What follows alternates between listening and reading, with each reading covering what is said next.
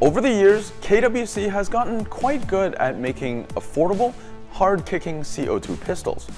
Newest to hit our store is a model that will look familiar while still being quite unique. Due to the licensing by a brand that rhymes with clock, manufacturers have to be increasingly careful about copyright infringement. With that in mind, I present to you the KWC Model 17, or the AAKCCB19. Yeah, there are office fax machines with names more inspiring than that. Nonetheless, it fills a slot that is surprisingly sparse. CO2 powered, CQB ready, G17 shaped, definitely not Glock pistols. Kicking it off with exterior quality, I think the first thing you'll notice is the gold barrel. Now, certainly it helps stand out from other pistols, but it's way too shiny for my taste. I mean, it kind of reminds me of a New Year's celebration shot glass from the dollar store. Nevertheless, the barrel play is excellent. The slide play is average, but it shouldn't cause any accuracy problems. Overall, the finish is quite good, apart from the barrel. The black paint is my ideal mix of matte without being too gritty. Moving on to the grip, overall the angle and shape is quite familiar, but in the hands, it feels a little bit different. If you've always thought the Glock grip should be chunkier, you might like this one. The front of the grip has aggressive serrations, but the side and the back are a little too smooth in comparison. The extended beaver tail is nice for the people that like the 1911 style beaver tails or those that really use a high tang grip. Now the slide release is as you'd expect, but the slide release cutout is really huge and I just couldn't figure out why KWC would do this. And it does cause somewhat of a problem. Because the slide isn't as far back as it normally would be, it can't build up enough momentum to actually chamber in that round if you just hit the slide release, forcing you to power stroke it. The mag release is an extended style mag release and it works well, though with a soft holster I would be careful about accidentally dropping out mags. I would stick with a hard holster for this one. It's worth noting that this gun fits into most Glock holsters perfectly, like this side tack holster.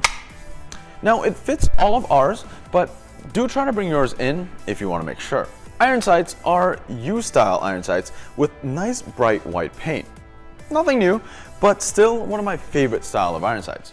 Taking a look at the internals, it seems to be a unique design. Purpose-built for CO2. All the springs are quite stiff, including the recoil springs, the hammer spring, and even the nozzle return spring.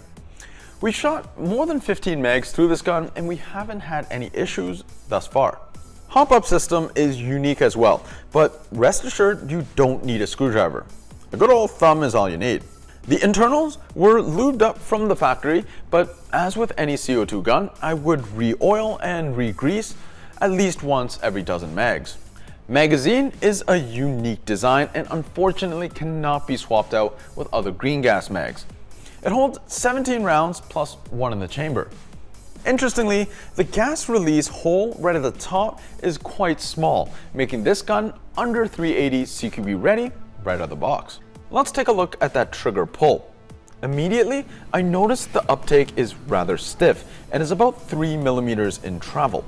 Then you get about 1 millimeter of even stiffer travel, which ramps up to the brake.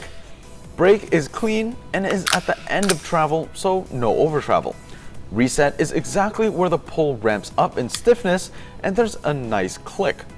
If you release the trigger even further, there is another click which can be confusing, but is not the reset.